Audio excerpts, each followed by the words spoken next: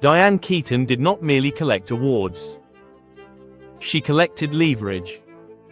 In an industry built on temporary fame, she engineered something sturdier. Assets, equity, architecture, and reputation that behaves less like a career and more like a private economy. What follows is not a look at movie scenes. It is a look at money density, cultural capital, and the quiet infrastructure of a life scaled to near sovereign power. Welcome to the trillionaire coded empire of Diane Keaton. 1. The switch from actor to asset acting paid the bills. Ownership made the fortune. Early in her career, Keaton recognized that fame is a bad retirement plan. She began translating celebrity into control. Profit participation instead of flat fees, back-end shares instead of applause, long-view equity instead of weekend box office dopamine. Most actors finish movies and walk away with nothing but memories. Keaton finished projects and walked away with long-tail cash flow mechanisms that still whisper money decades later.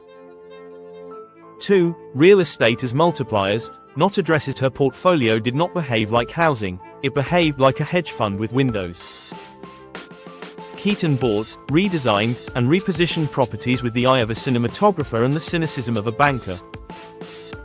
Her flips were not cute side hobbies, they were capital accelerators.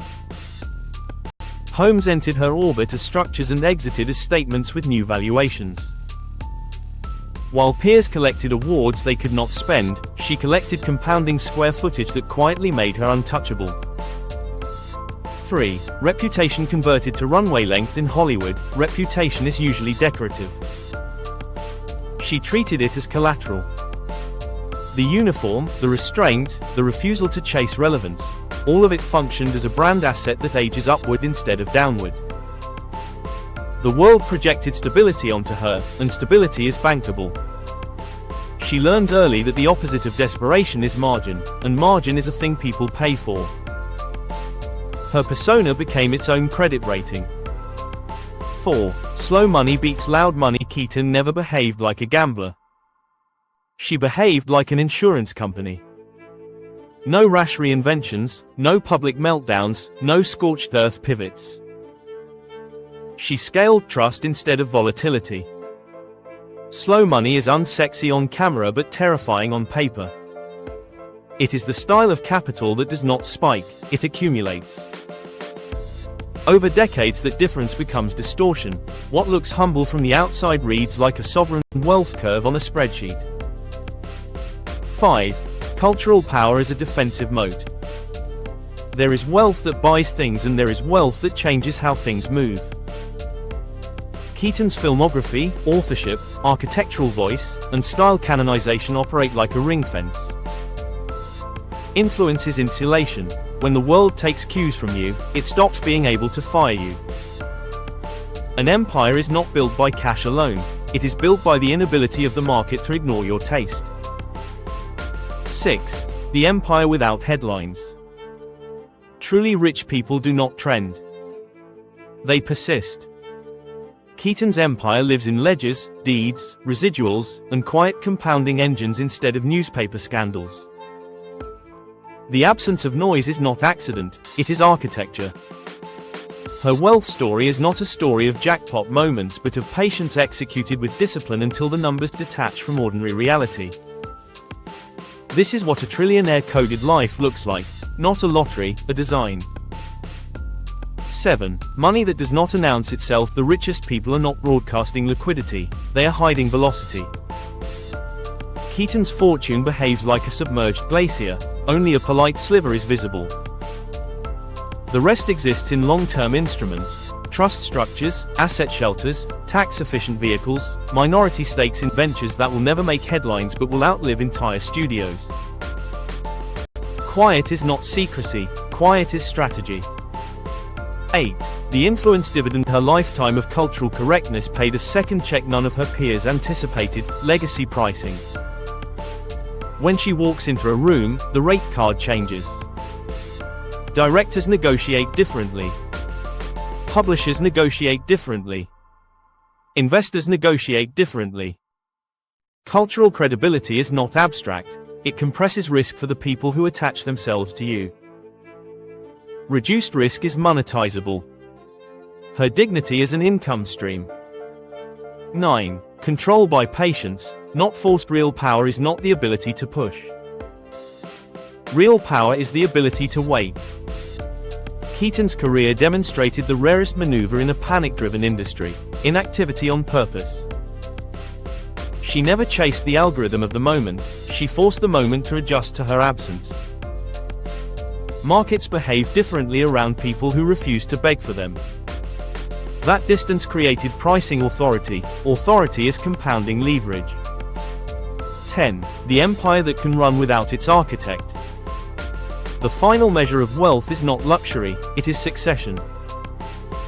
A fortune that dies with the owner was never a fortune, it was a costume. Keaton's holdings, residuals, catalog value, property equity, brand intellectual property, and reputation capital are structured so they can function without her body in the room.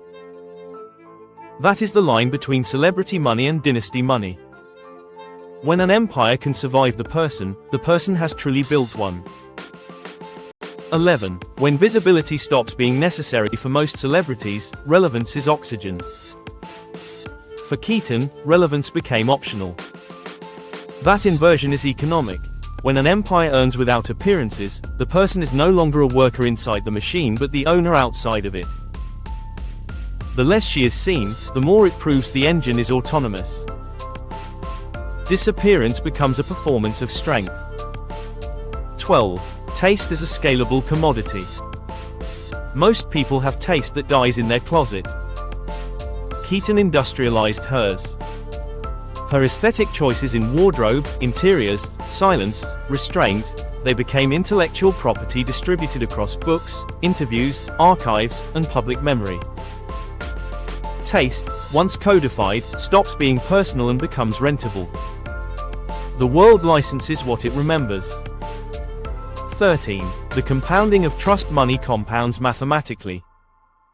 Trust compounds socially. Decades without scandals, desperation, or erratic swings created a credit line made of belief. People wire money faster to people they believe will not detonate. That calm historical record functions like a security deposit for every future negotiation. Trust is a form of prepayment. 14. Outlasting is more profitable than winning. Hollywood rewards spikes, dynasties reward duration. Keaton's advantage was never speed. It was endurance. By simply not crashing, not combusting, not needing reinvention, she survived enough economic seasons to collect wins other people abandoned. Survival is a profit mechanism the impatient never access. Longevity is an asset class. 15. Wealth is infra, not display. What separates luxury buyers from empire builders is motive. Luxury asks to be seen, infrastructure asks to endure. Keaton's life architecture was not built to impress a camera but to outlive cameras. Statistics, deeds, contracts, and residual ledgers are not cinematic, they are consequential. The richest lives are built in documents, not photographs. Diane Keaton did not just win Hollywood, she outlived its economics. She converted fame into infrastructure, taste into equity, and time into a weapon. Empires are not loud while they are being built. They are loud only when someone finally looks at the totals. If you want to understand power in this industry, stop watching premieres and start watching deeds. That is the lesson hidden in the life of Diane Keaton.